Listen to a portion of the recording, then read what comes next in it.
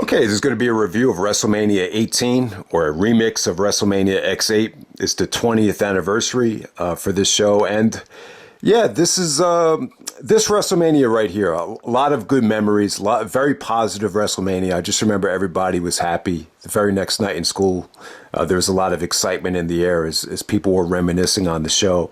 Even weeks and weeks after the event, people were still raving about how good the show was and how magical, Hogan versus Rock was.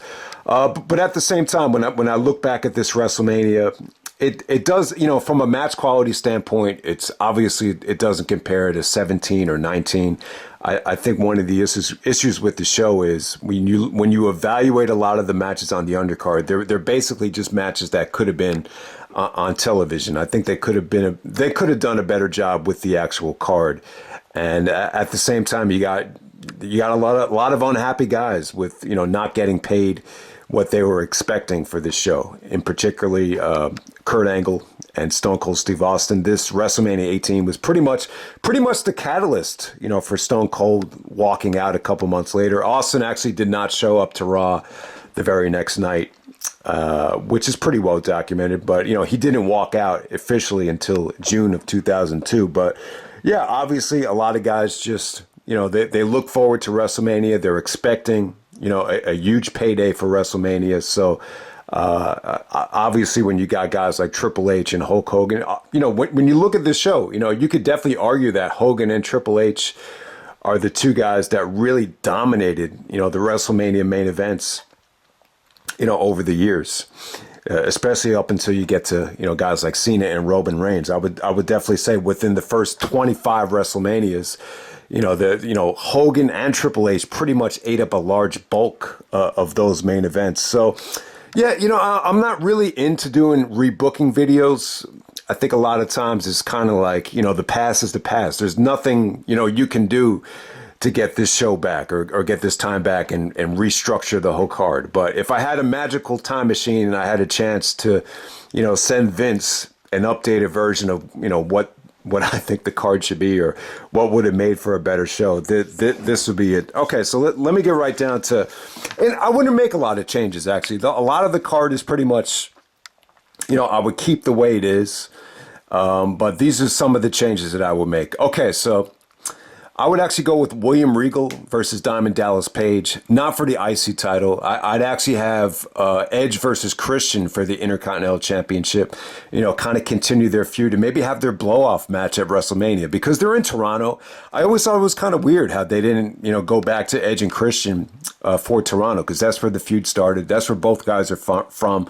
I thought it made a lot more sense to have Edge and Christian, because they have more of a story and, so much history. It's in the same city that they're from and that the feud started. So I thought it made sense on a lot of different levels. Okay, next up, I would actually go with Rob Van Dam and Booker T. I've always thought, maybe you could have Van Dam take on Austin at WrestleMania. If you kept Austin heel, and still champion, this is the way I would have go. But at this time, you're bringing in the NWO, you're turning Austin face. Doing Austin versus Van Dam, it just seems a little bit too far-fetched. But, Van Dam and Booker T, there was tension during the invasion, tension leading up to Survivor Series. Booker T blaming RVD for, being a mole or being a rat. You could have continued that, and I think you could have had a good story with Van Dam and Book at WrestleMania. Okay, next up, I would actually go with Scott Hall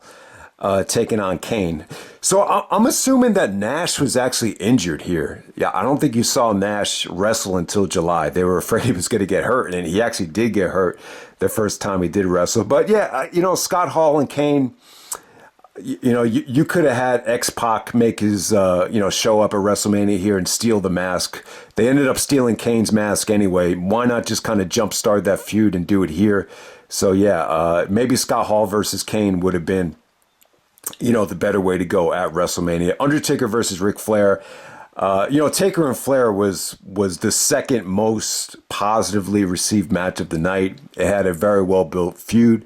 And I wouldn't change Undertaker and Flair. I just thought it made more. I thought it made a lot of sense, and I thought it was actually a nice little return to WrestleMania for Flair. So yeah, okay. So this is where it gets a little bit tricky. This is what I would have changed about the show, and I know some people disagree with me when I did the Royal Rumble 2002 review. But yeah, I would actually go back. I think looking back on it, the best, the battle of the guys that were unhappy, the most unhappy with WrestleMania 18. I'd go with Stone Cold Steve Austin as a babyface, taking on Kurt Angle as a heel. All right, so the argument against it would be you saw Austin versus Angle so many times in 2001. They main evented SummerSlam, Unforgiven. Not to mention all the Raws that they main evented in 2001 and 2002. But you got to remember the feud kind of. The feud was great with Angle playing the babyface, but it kind of took on a life of its own on the opposite, spectrum, with Angle playing the crybaby heel, and the what stuff really caught on, and a lot of it had to do with Angle. Like when Angle came out after No Way Out, there was an awesome segment that Angle did with Austin, where Austin was calling out the NWO, and Angle came out with these off-duty cops. And Angle was rubbing it in Austin's face that, he was going on to WrestleMania after he beat Triple H in the #1 contenders match. And the crowd is just chanting, "You suck, what?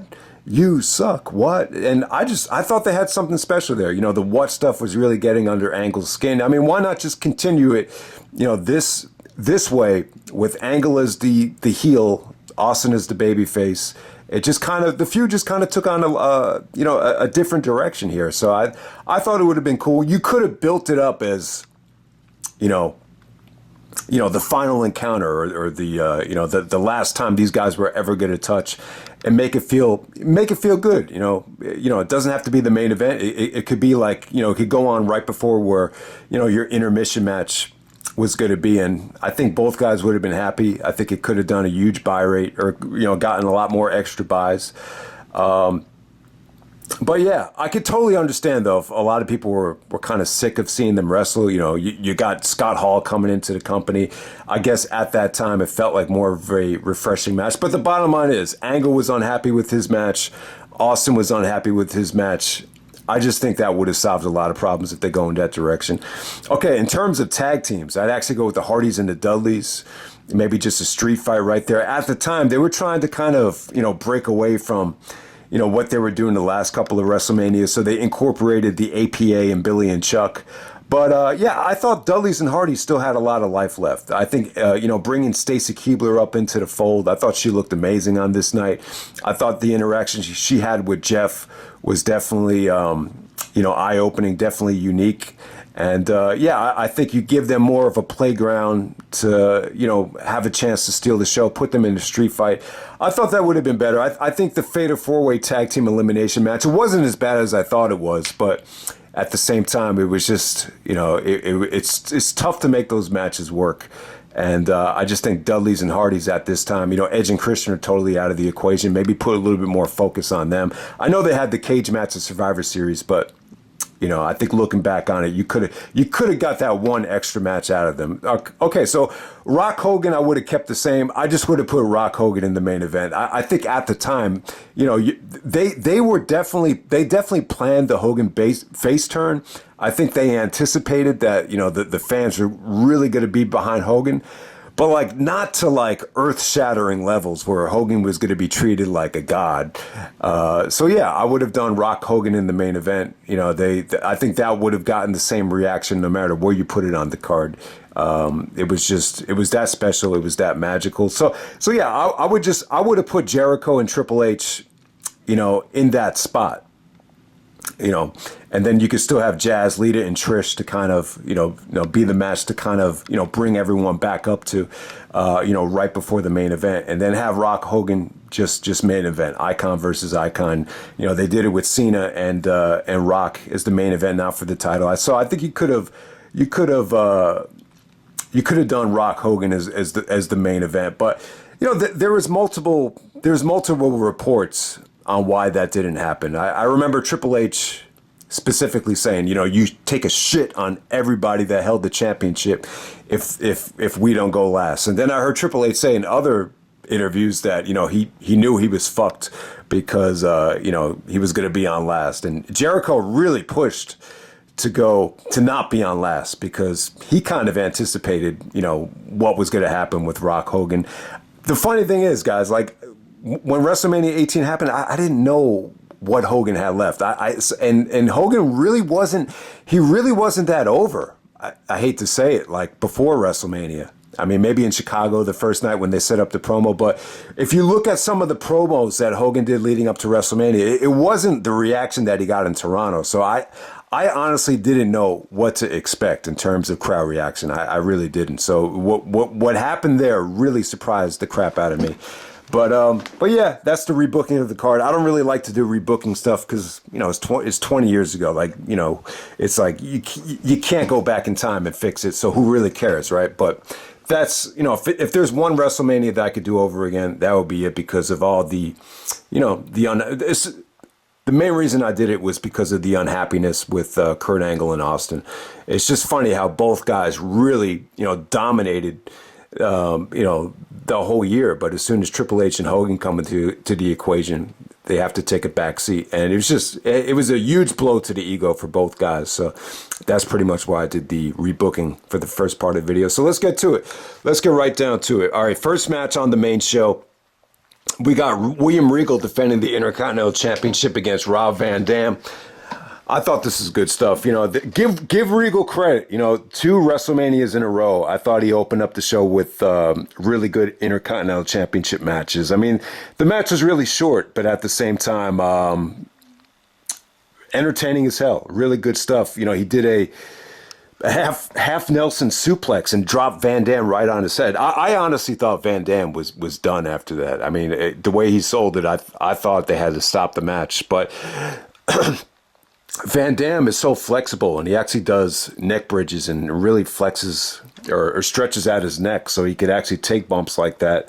So, yeah, I thought it was cool stuff. The fans were behind Van Dam. Van Dam was really over. He did a Van Daminator to the brass knucks and hit the frog splash and really kind of set the tone for RVD versus William Regal. And Rob Van Dam was going to be drafted to Raw with the Intercontinental Championship for the brand extension. So I thought this kicked off the show with a bang. Would have liked it to go longer, but it was short and sweet and, easy and fun to watch. I really loved RVD and William Regal. I thought Van Dam actually worked a lot better with Regal than Edge did. But I think when you look at the Edge and Regal stuff, they actually tried to have more of a longer story and drawn out match. And, those were tougher to work than what they did here. So next up, we got for the European Championship.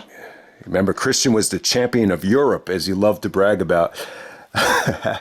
And he takes on Diamond Dallas Page. All right, so the interesting thing here, and it's a funny thing, DDP actually drove a pink Cadillac down to the ring for the Honky Tonk Man when the Honky Tonk Man performed at WrestleMania 6. I forgot to talk about that. But it's funny because, Page wasn't even in the business yet, but for whatever the reason, he had a pink Cadillac. So he definitely had connections within the business. And it's just funny how DDP started wrestling so late. But yeah, DDP and Christian was actually, I remember in Pro Wrestling Illustrated, they actually ranked all the matches from WrestleMania 18. And I think they actually ranked this 4th. They thought it was the most underrated match of the night, the surprise of the night. Like, they didn't get too much time, but they really worked hard. Christian just did, some really nice inverted DDTs. And, it was just fast paced. Like there was a counter for everything. And there really wasn't one dull moment. And DDP actually hits the, what do you call it? The diamond cutter. Give DDP credit because, the RKO is kind of like, the RKO is basically an imitation of the diamond cutter. So, yeah, that was a really nice finish. And, the funny thing is, like, DDP and Christian, the feud was a lot of fun too. Like, Christian turned on DDP right before WrestleMania. Christian started throwing these temper tantrums where he just couldn't, he would start pounding the mat and lose his temper. And DDP was trying to get away from the stalker with that positively Page gimmick. And he tried to get Christian to smile, and some of the facial expressions that Christian gave when he was trying to smile were just funny. I think that I talked about this before, but people used to do that in school all the time, so it's definitely a memorable feud. It's more memorable than I think people remember. And, Yeah, just an interesting side note. DDP went to the same school that I played in at college at. So he actually played at Ocean County College, and I played there as well. I'm sure his experience was a lot better than mine. My experience was kind of a mess. I mean, they fired the coach within the first week. DDP is like 6'6", so yeah, he's a tall dude. So yeah, but we actually went to the same. We actually played basketball at the same school. I just wanted to bring that up as an interesting side note. But yeah, that was probably one of the more underrated matches of the night. Okay, so next up we got Maven for the Hardcore Championship, taking on Goldust. Okay, so this ended up being more of the comedy thing. They brought out trash can lids. There was a golden shovel that Goldust brought out. And, Spike Dudley actually came out of nowhere. And, the hardcore title was going to be like the comedy thing of the night, something that they could just kind of go back to during the matches just to have some comedy stuff. Ultimately, Christian ended up beating Molly Holly. That was well done because Christian goes like, stand back. There's a new champion coming through to kind of, mocking the, Mighty Molly and the Hurricane. And then ultimately, I think Maven actually schoolboys Christian. This is like right before the show's over and jumps into Christian's cab, runs away with the Hardcore Championship. So, yeah, it was a lot of fun. I think he could have scrapped it from the show, but it was that one thing you could kind of go back to for comedy. I remember at the pay-per-view party, I think a lot of people definitely have fun with these segments. So, okay, so next up, we got Kurt Angle versus Kane. Angle just did an hour and 20-minute podcast just about this match and the build-up to it. But, Angle was not happy with the build-up here. But I'll tell you what, though, man. I think the match is good. So let me just kind of quickly remember the build-up here. So basically, Kane, screwed Kurt Angle out of an Undisputed title shot. I think Angle was really upset that Triple H beat him clean, and he had his number one contenders match taken away from him at WrestleMania. So Angle took his frustration out on Kane. He beat him up so bad that Kane actually screwed Angle again when Angle took on Jericho for the Undisputed Championship. Once again, that's a Raw match for the Undisputed title. That was not the main event, but Kane actually did screw Angle in that match. And the funny thing is now it's coming out now that Triple H, Jericho, and Brian Hebner, the referee, actually got into a fight after that match was over. But so that's just funny to think about. But yeah, Angle had some really good lines here where he actually called himself the big red, white, and blue machine. And he had something. I think the line was because being a big red retard isn't an Olympic sport. So Angle did have some good lines. I'm sure Brian Gerwitz gave him the assist there.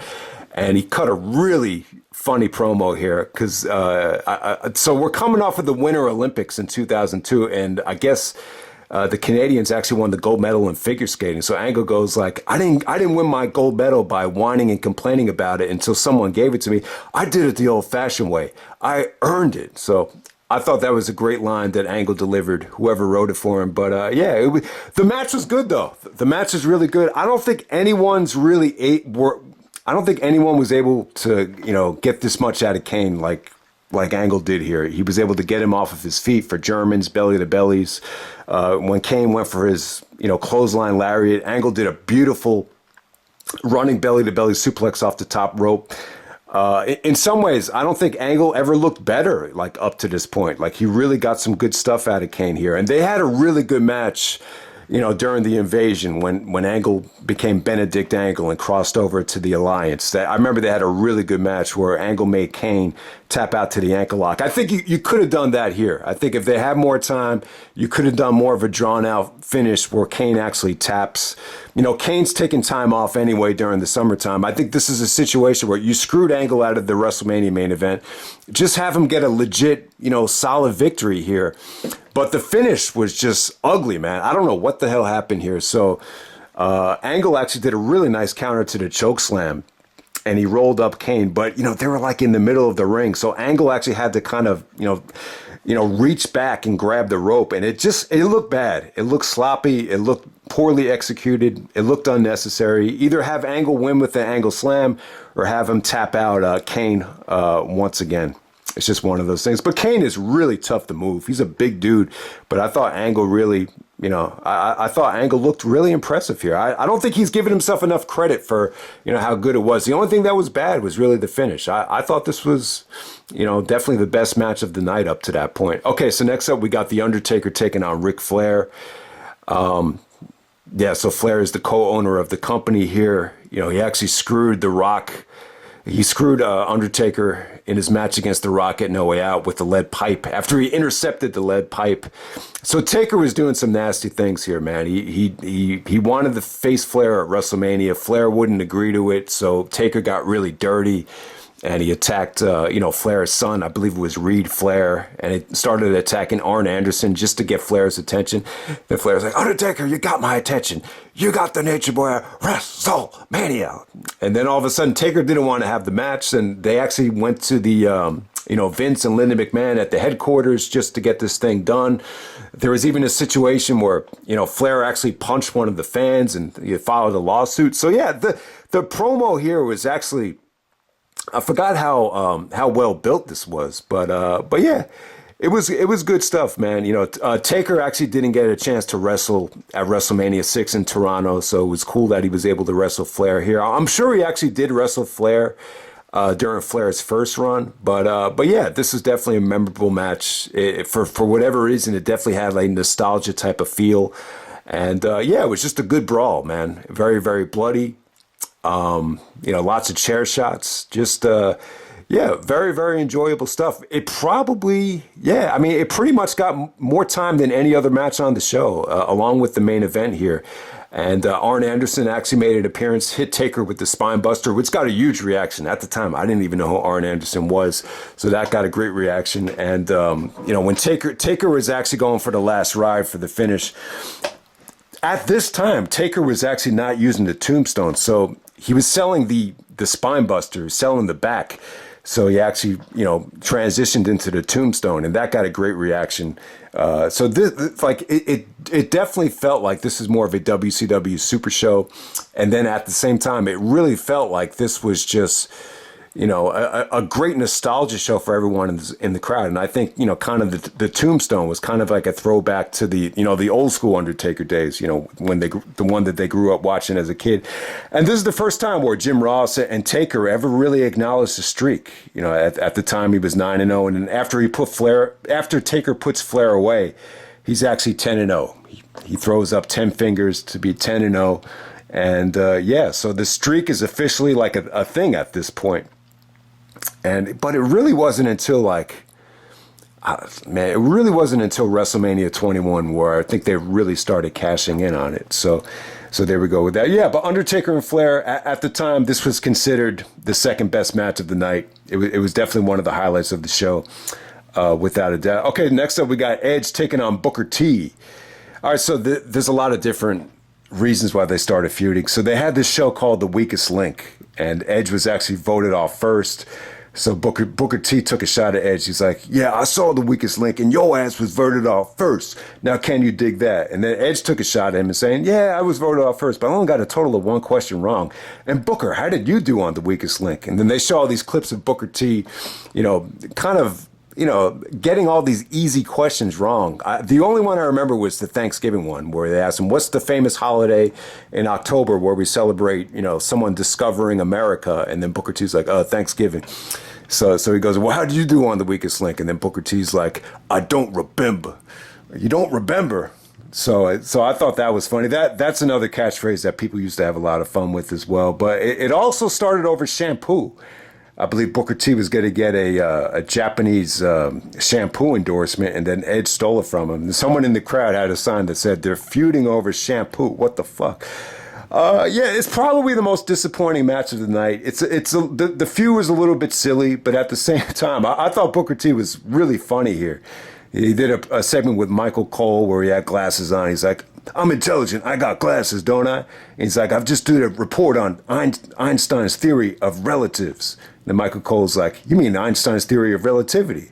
He's like, you're just like Edge, ain't you? You think you're so smart. So Booker T was so much fun at that time. And, give Edge credit. This is, it's an incredible story that he was in the crowd for WrestleMania 6 to see Hogan. and Warrior, and 12 years later, he's in a match at WrestleMania in Toronto. I mean, ideally, the match just kind of felt a little bit silly. I thought it was good. There was a little bit of a botch with the Hurricanrana that didn't come out that good. There were some nice transitions into the execution. Edge wins with the execution. They did some fun stuff with the Spinneroonie. Got a great reaction. Edge kind of just, I don't know why Edge did the Spinneroonie. It didn't look good. And he's like, yeah, I know it sucks, but fuck it anyway. Then he hits the execution. I mean, the match was fun, but it could have been better. I think they could have taken each other a little bit more serious. I think more than anything, that was the problem with it.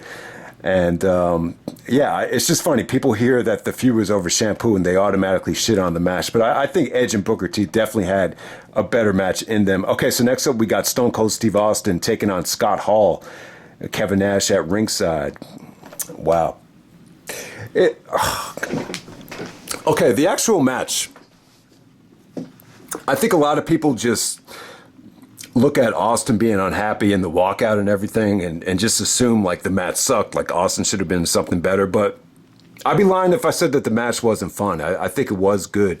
Though the fans were surprisingly into Scott Hall. I thought Scott got great reactions, when he did when he attempted the Razor's Edge.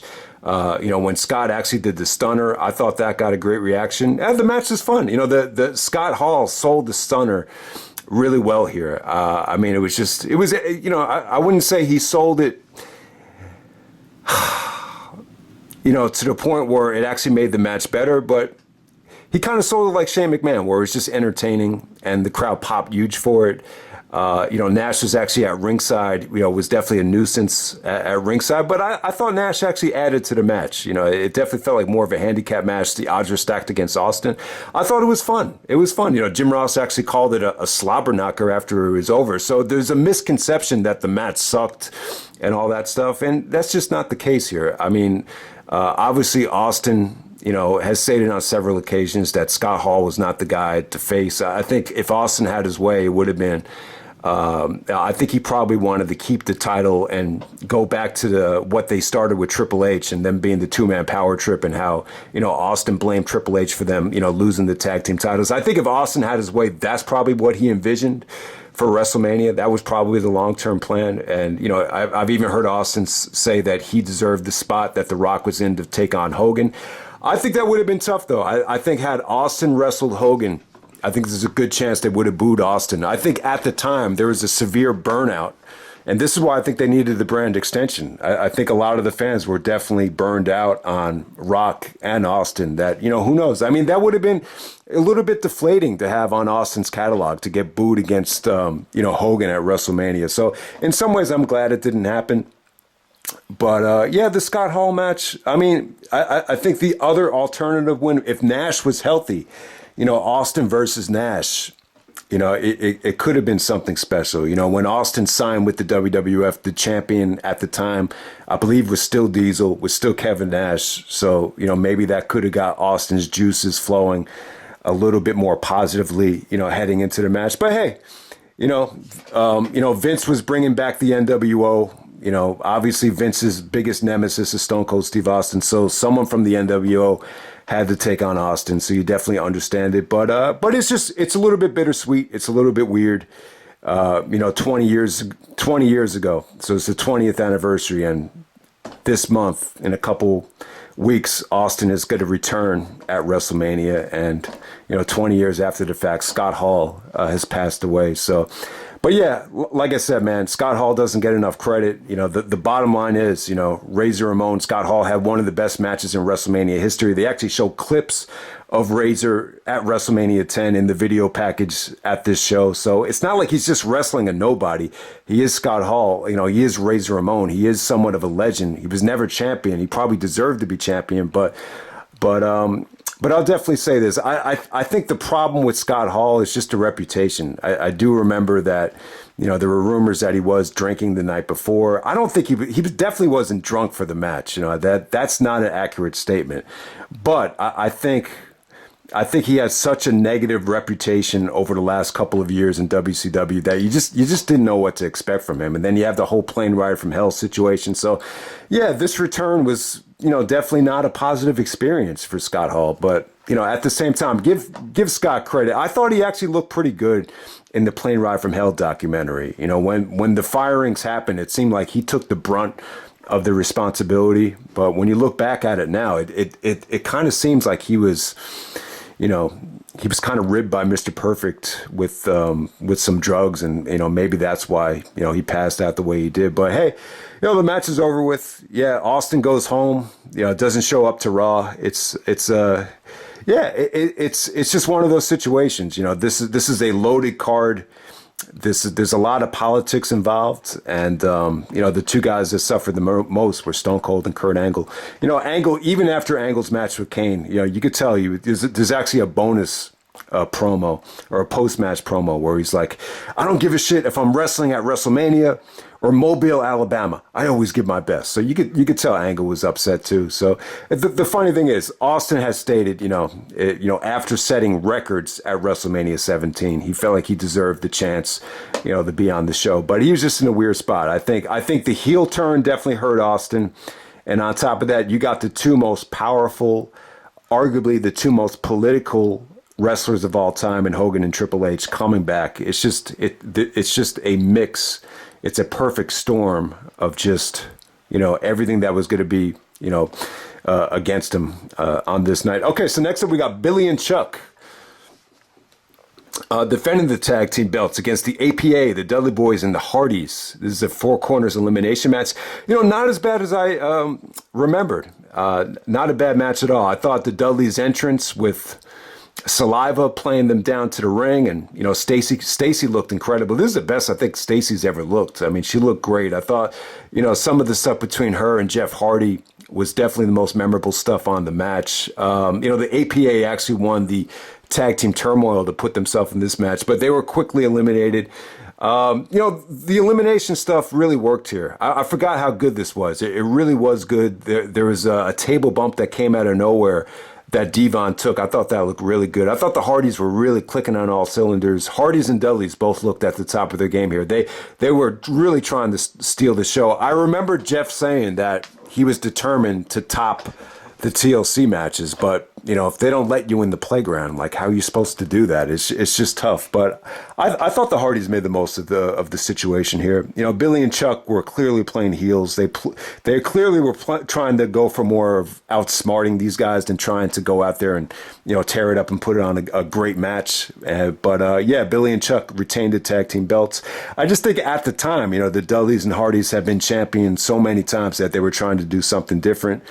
So Billy and Chuck win, and we move on from there. Next up, we got The Rock taking on Hollywood Hulk Hogan. So, I mean, there's a lot to say about the match, but I'll just say this. I think one of the more underrated things about it is just the lack of time that they had to build this thing. So No Way Out's out on February 17th. The next night in Chicago, they did a beautiful job of setting it up. I thought Rock's promo was great. Talk about headlining, main eventing, WrestleMania after WrestleMania. How do you feel about headlining one more WrestleMania with The Rock? And you could just tell The Rock had a shot of life in working with Hogan. I do feel like Rock's, I don't think his heart was really in wrestling The Undertaker at No Way Out. And even the Vengeance tournament for the Undisputed Championship, it just seemed like there were certain things that you just kind of felt like The Rock wasn't fully invested in, maybe because of the Hollywood situation. But definitely I thought Rock brought his A game throughout this whole thing. But you just look at, the build from No Way Out to WrestleMania. It's like you just don't have that much time. You got about 10 days in February and then 17 days in March. Like, they didn't have a whole year to build this up like Rock versus Cena. And I just think it shows you, like, if you got a dream match that people want to see, you don't need like a lot of build up. And that's what really stuck with me about this. But yeah, I was just amazed at the reaction for Hogan here. I think a lot of it had to do with nostalgia. I think a lot of it had to do with Toronto. There's fans in the stands that had the same exact Hogan, that huge Hogan poster from WrestleMania 6. They brought it back with them. So I just think a lot of people look back on their childhood and look back at, that WrestleMania 6 experience, and it definitely stuck with them. For whatever reason, Hogan had a huge effect on this Toronto market. And, I think they set the standard for crowd reaction. I mean, they booed the crap out of The Rock, but Hogan was just treated like a god. I mean, we've seen Cena in some really hostile environments, WrestleMania 22, one night stand, but still like nothing compares to what happened here. This is like the perfect, match for crowd reaction. I mean, the cheers for Hogan were, loud as hell. The boos for The Rock were louder than anything. And I didn't expect it. I really did not expect it. And I thought Hogan was great. I thought he brought his A game. I thought his timing was great. I thought he was in great shape, great trash talking. And it was just very, very well laid out. I thought, some people criticize the match and say, if you take away the crowd, it's a 2-star match. So yeah, it's like a 3-star match with a 5-star crowd, but it's a really, really tough match to rate. But I mean, it was just, they produced WrestleMania magic. I would definitely say, man, the Rock actually kicking out of the leg drop, that's got to be the best kick out of the leg drop I've ever seen. One of the best near falls ever in WrestleMania history. And, when I believe it's Hogan after some of the belt shots and the rock bottom, when Hogan actually hulks up out of the rock bottom and, goes into the hulking up routine, it's got to be that's got to be one of the best sequences in WrestleMania history. It just felt like magic with the crowd reacting the way it did. Just awesome stuff. I think you could have done without the Hogan face turn here. But, you could argue that you had to do it. He was so over. So the NWO come out and punk him out. Hogan wanted to win the match on his own. So they didn't like the fact that he shook The Rock's hand. But, yeah, I just think, it still holds up today. You could definitely argue this as, being the best match Hogan ever had at WrestleMania. So, and in some ways, like, even though Rock and Austin, they had the 5-star match at WrestleMania 17. It still feels to me like Rock, this is still like Rock's, even though he got booed out of the building, it still feels like it's Rock's personal, favorite WrestleMania experience, because, let's face it, he lost to Austin. He was covered in blood and, beaten up with the steel chair. For whatever reason, I just think Rock enjoyed this experience with Hogan more so than any other WrestleMania match. It definitely feels like that. And I don't know, like during this time, Rock was getting booed a lot. I think a lot of it had to do with the Hollywood thing, and I think a lot of it just had to do with burnout as well. And sometimes it makes you feel good to see The Rock get booed, because I just say to myself, man, I would have loved for Rock to be the Hollywood Rock during this time. But it's just, I don't know, man. It's a little bit bittersweet. I'm not a huge fan of The Rock's movies. I'm just not.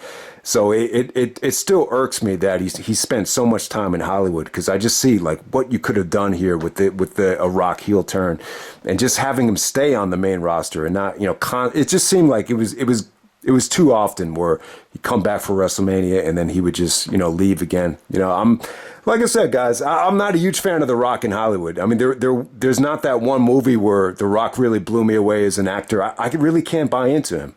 The same way I could buy into Sylvester Stallone or Denzel Washington. I love those guys, but I've never really been a huge fan of The Rock as an actor. But, it just, but hey, he has more than his share of amazing WrestleMania moments, and this one might have topped all of them from a crowd reaction standpoint, without a doubt. Okay, so next up we got Jazz defending the women's championship against Trish and Lita. I would say they had a really tough time following it. Trish comes out with the Canadian tights. That was definitely cool. I thought Jazz actually looked hungry here. She looked, rough, rugged. She was very stiff. Lita tried. They definitely tried. They definitely tried to tell a story, but for whatever the reason, I think they had the placement working against them, and then at the same time, at that time, people are still, not giving the women the respect that they deserve. Where whether you say, Trish, show your tits, or we want puppies, you heard a little bit of that. So I think the combination of those two factors definitely hurt it. But yeah, I would definitely say I agree with Jazz going over. You kind of want to have a heel go over right before a main event where you're going to, celebrate the triumphant return of the babyface. So that definitely makes sense. Okay, so the WWF Undisputed Championship match, we got Triple H taking on Chris Jericho with Stephanie McMahon. Okay, so without a doubt, like Hogan Rock definitely hurt the crowd reaction for this match, but God, the match is still good though, and you kind of wonder to think what this could have been if they had the kind of crowd that, Austin and Scott Hall had, for their match. But yeah, some of the positives here. Jericho main events WrestleMania for the first and only time as Undisputed Champion.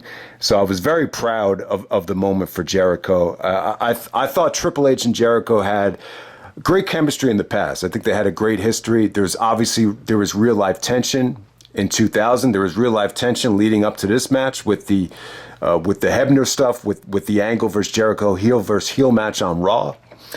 So yeah, there's definitely a lot to like there. Plus Jericho's the one that put Triple H in the walls of Jericho after in the tag match. Triple H broke up the walls of Jericho. That's where he tore his quad.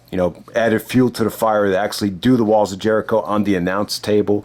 So yeah, I like the continuation of that. They actually used the injury in the match. I think this is one of Jim Ross's crowning moments as a commentator. I thought he was amazing here about how he was selling, Triple H's heart and desire to, train like a hermit and get back on top. I thought Jim Ross was great here. So, I know people talk about the Austin stuff when you talk about Jim as an announcer, but let's not forget, this is really an underrated Jim Ross match in terms of his commentary. I thought he sold the injury really, really well. And yeah, Jericho and Triple H have strong matches. I thought, the Walls of Jericho stuff in this match was particularly good. Triple H took some really vicious bumps. The announce table bump was, it was pretty sick, and considering how Triple H wasn't that confident yet, coming back from the injury. So I thought they did some good stuff there. All right, so with Stephanie in the match, I think that's kind of, that's what kind of helped the reaction of the match a little bit. Anytime Triple H was, going for the pedigree on Steph, the crowd erupted when he did hit the pedigree on Steph. So that was actually really cool. Stephanie McMahon's involvement overall, I would definitely agree. When you have a story this engaging, you don't really need Steph to take up this much attention. It almost got to a point where, Stephanie was really overshadowing Jericho. That's well documented. The video package sucked so bad that they actually had to scrap it because a lot of it had to do with Jericho actually attacking Triple H's dog and Jericho actually dressing up with Triple H's robe as directed by Steph. It's almost like Jericho was pussy whipped by Stephanie McMahon, the woman that he was humiliating and embarrassing during the invasion. I think the business was just too exposed, for the situation to work. Even, because Triple H and Stephanie are still married. So it was, I think a lot of people just had, obviously they were together at this point. They weren't married, but I just think people had trouble buying into the fact that they hated each other. But at the same time, you could argue that Stephanie was such a good heel. She looked like such an evil bitch the way she had her makeup on that it definitely gave Triple H more of that sympathetic babyface type of feel, which I think they wanted to kind of maximize that. So I think that's why they did the wedding vows thing and Triple H turning on Steph and all that stuff. So it definitely worked to a degree, but for whatever reason, it definitely felt like Steph just took a lot of Jericho's thunder away because for the championship definitely felt credible. It definitely did. I think that's one of the best parts about this main event. It's only one championship match on the show. And there were just certain times where you just felt like the story was more about Triple H and Stephanie than Jericho and Stephanie, or Jericho and Triple H, which, naturally actually had a solid build in real life and with the actual storyline. So that's how we would kind of look at that. But yeah, the ending was really cool. I just think the only issue with the ending is I think Jericho should have went back to work on the quad, on the Walls of Jericho. Instead, he goes for a pedigree, and he's kind of like laughing about it. And then Triple H counters it into a slingshot. Then he hits the pedigree to get the pinfall. Most people went home happy. It was a great moment. There was a lot of Triple H support at the time. A lot of people were happy that he was back. This is before Triple H turned a lot of people away. So at that time, More people wanted to see Triple H win than Jericho. A lot of stuff that was kind of overshadowing the match, though, was Earl Hebner. There was some "You Screw Brett" chants. They actually tried to get Brett as the special guest referee, but he turned it down. That would have been a little bit awkward to see Brett referee a Triple H match at that time, considering what happened at the screw job. But yeah, I mean, the only thing that disappointed me, and Toronto sometimes kind of disappoints me. Yeah, they treated Hogan like a god tonight, but you know, you would expect with Jericho in the main event, you get more Canadian support. There was some Jericho support, but you would just think that it would be overwhelming being in Toronto. You know, Mr. Canada, Chris Jericho, but it didn't. You know, there was more Triple H support for whatever the reason, but. And even when Benoit wrestled Orton in the main event of Toronto, like there was more support for Randy Orton. So yeah, it's just kind of, yeah, Toronto's a little bit weird. Definitely a little bit of bizarro land. But I would love for, you know, WrestleMania to come back to Toronto. I think it's long overdue. And, you know, Toronto, I would definitely say Toronto's crowd reaction wise, they're the best city for WrestleMania without a doubt. But yeah, man. That's pretty much it. I still think this is a fun WrestleMania. Definitely a great nostalgia show. Definitely a memorable show. You know, match quality wise, you know, a lot of the undercard stuff is, you know, television quality matches that, you know, you could have seen on television. So I think when people evaluate it from a star rating standpoint, that's the biggest issue they have with it. But yeah, that's WrestleMania 18. Hope you guys enjoy the review. Then the remix and the rebooking. Let me know if there's any changes that you feel should have been made. Let me know how you would have booked it. I'd be interesting to know how you would have booked Kurt Angle and Stone Cold, given how disappointing their WrestleMania payday was. But hey, man, anytime you have this much talent, these many legends on a card, you know, people are going to get upset. You know, you can't, you know, you could argue that you could have just done Rock versus Austin on the show and it would have done exactly the same amount as the show did do. And, you know, there would have been more money to go around for everybody. But when you have this much talent, this much legends on the show, you kind of have to spread the wealth. So the side effect to that is, you know, people aren't going to get paid exactly what they were hoping for. But the thing that stands out about this WrestleMania is, you know, maybe WrestleMania 19 had more star power. Obviously, this is missing Michaels. It's missing Benoit. It's missing Eddie Guerrero. There is some guys really missing from it. Benoit was actually crying at this show because he wanted to wrestle so bad. But yeah, I mean, you still had Rock, Hogan, and Austin, Triple H, all as full-timers at the time. So you don't really have that part-timers just coming in for a payday situation like you have with 19. So that's one thing I think 18 actually has on 19. But yeah, that's pretty much it, guys. This is the WrestleMania X8 remix, and I'm out. All right.